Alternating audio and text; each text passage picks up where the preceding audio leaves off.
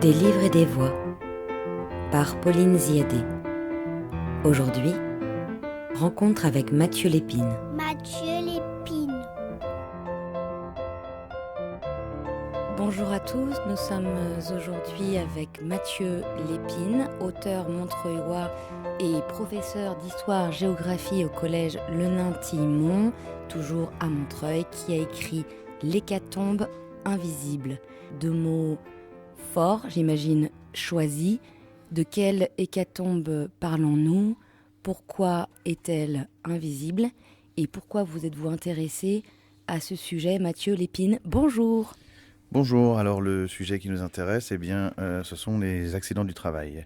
Moi, j'ai commencé à m'intéresser à ce sujet en 2016, suite à une polémique provoquée par des propos d'Emmanuel Macron, qui à l'époque était ministre de l'économie et qui avait déclaré qu'au sein de l'entreprise, l'entrepreneur est celui qui prend tous les risques parce qu'il peut tout perdre lui.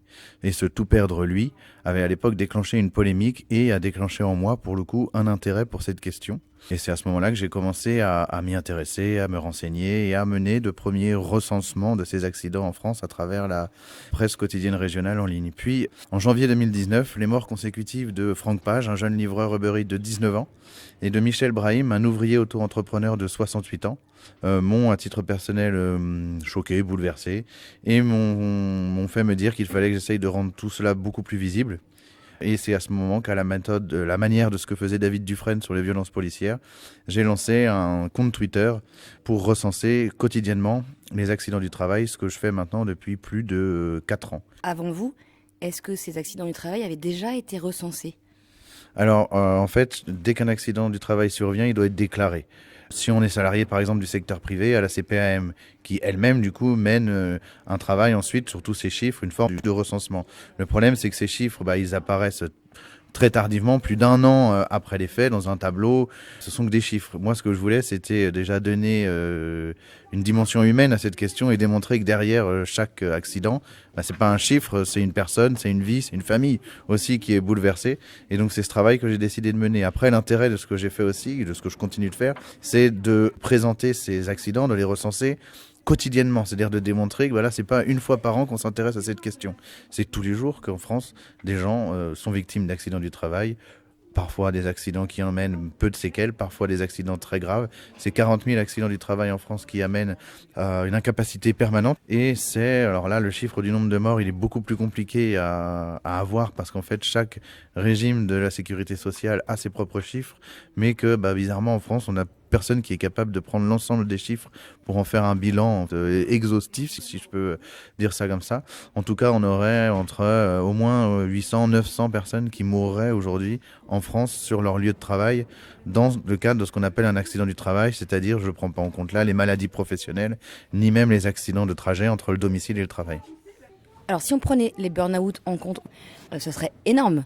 Il faut savoir qu'en France, le burn-out n'est pas officiellement reconnu comme une maladie professionnelle. Ce n'est pas officiellement dans la liste des maladies professionnelles. Et alors oui, si on ajoute tout ça, par exemple, sur l'année 2019, uniquement pour le secteur privé, c'était 1250 décès. Si on ajoutait l'ensemble des secteurs que je viens de citer.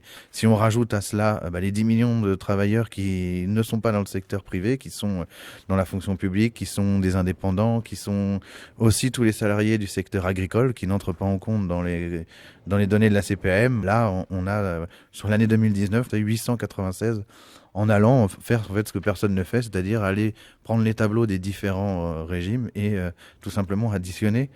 Un suicide au travail, est-ce que c'est un accident ? Un suicide au travail peut être reconnu comme un accident du travail, tout à fait. Après, c'est à l'employeur de prouver qu'il n'y a aucun lien entre le passage à l'acte et l'activité professionnelle. Mais est-ce que vous, par exemple, ça vous est arrivé de constater un suicide sur un lieu de travail et de l'avoir répertorié comme tel ? La première année, oui. Après les suicides, j'ai arrêté de les recenser parce que c'était compliqué. Après, personne se suicide sur son lieu de travail par hasard. La personne qui fait ça, inévitablement, c'est qu'elle veut passer un message. Moi, je me souviens notamment de ce qui est arrivé à Christine Renon, cette directrice d'école à Pantin, pas très loin d'ici, qui, elle, s'est suicidée dans l'école où elle était directrice, et qui, pour justement que son passage à l'acte ne soit pas bafoué derrière, a écrit une lettre dans laquelle elle a expliqué très clairement pourquoi elle avait fait ça.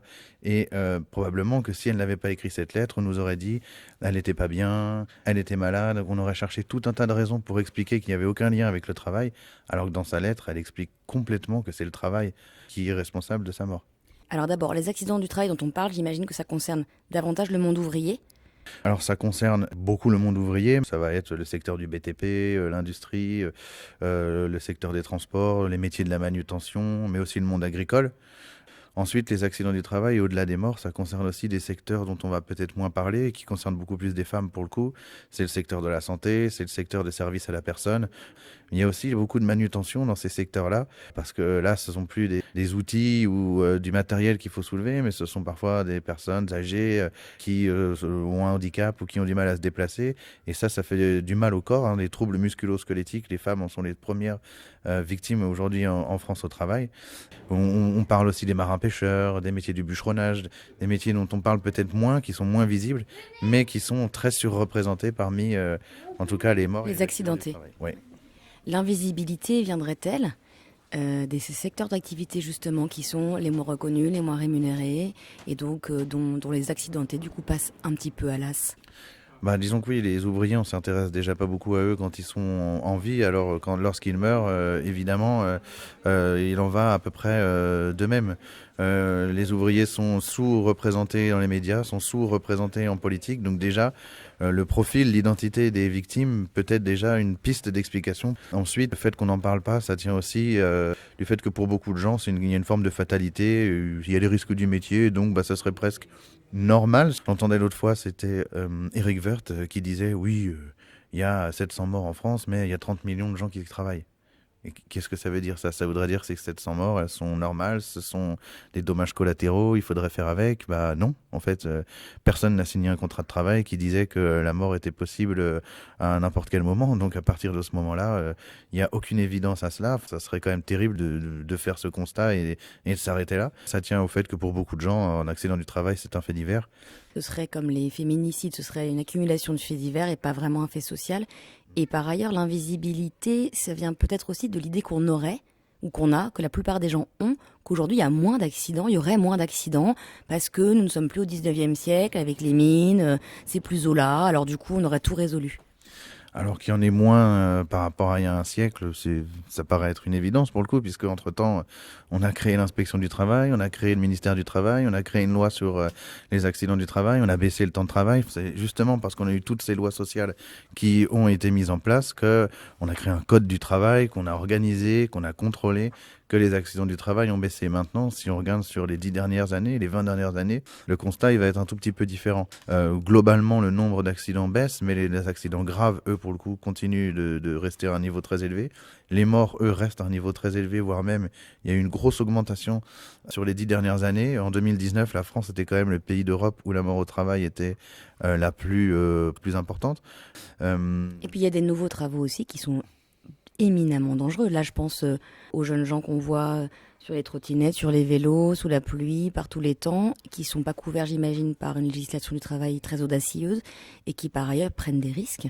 Le monde du travail, il a complètement changé depuis 20 ans. C'est le recours à des travailleurs intérimaires, énormément à la sous-traitance, à des travailleurs de l'Union européenne, des travailleurs détachés, et depuis en effet une dizaine d'années aux travailleurs uberisés. En fait, l'uberisation, c'est l'aboutissement total de ce projet qui est de dire que les employeurs ne sont responsables de rien de ce qui se passe, et en fait, celui qui travaille est le seul responsable, l'unique responsable de ce qui va lui arriver. Et de laisser les gens se débrouiller tout seuls.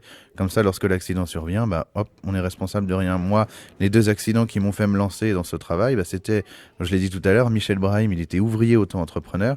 Franck Page, il était livreur pour Uber. Tous les deux ne sont pas comptabilisés en France dans les statistiques des accidents du travail parce que justement, ils avaient ce statut qui n'est absolument pas un statut protecteur, contrairement à ce qu'on voudrait le faire croire. Merci beaucoup Mathieu Lépine. Hécatombe invisible est sorti le 10 mars et j'en conseille à toutes et tous la lecture. Merci beaucoup. Merci. C'était Des livres et des voix par Pauline Ziadé. Aujourd'hui, rencontre avec Mathieu Lépine. Mathieu